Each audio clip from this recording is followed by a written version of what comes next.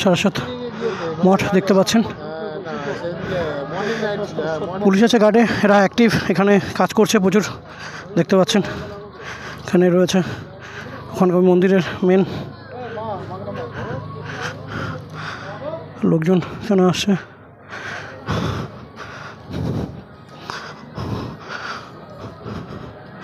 যে মন্দিরটাকে দেখালাম জল মন্দির, সেই জল মন্দিরের মেন যেখান থেকে পরিচালনা করা হয় এটা হলো সেই মন্দির, চৈতন্য সারস্বত মঠ দেখতে পাচ্ছেন এখানে অনেক।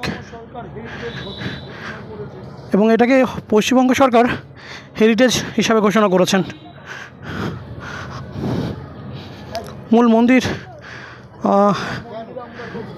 মন্দির আমরা যাব, এখানে জুতো আপনাকে রেখে যেতে হবে। মূল যে মন্দির সেখানে আমরা যাচ্ছি। মাতল হরিজন কীর্তন অঙ্গ তার, এটা মূল মন্দিরের ঘণ্টা দেখতে পাচ্ছেন কত বড়।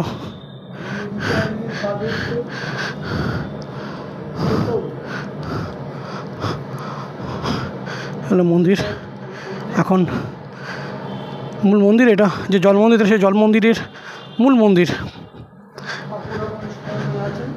ঠাকুর এখন শয়নে আছেন, অন্য সময় আসলে হয়তো আমরা সেটা দেখতে পেতাম। ওখানে আরেকটা মন্দির আছে, আপনি দেখুন।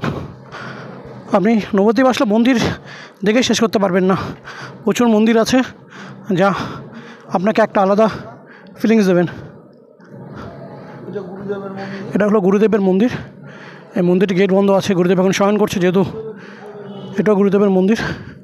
এখন দুপুর টাইম, এর জন্য এখানকার বাইরে যারা শিষ্য আছে তারা এখানে থাকেন, এটা হলো কোয়ার্টার ওদের। এখন দুপুর টাইম, তার জন্য সব মন্দির বন্ধ আছে, শয়ন করছে সবাই।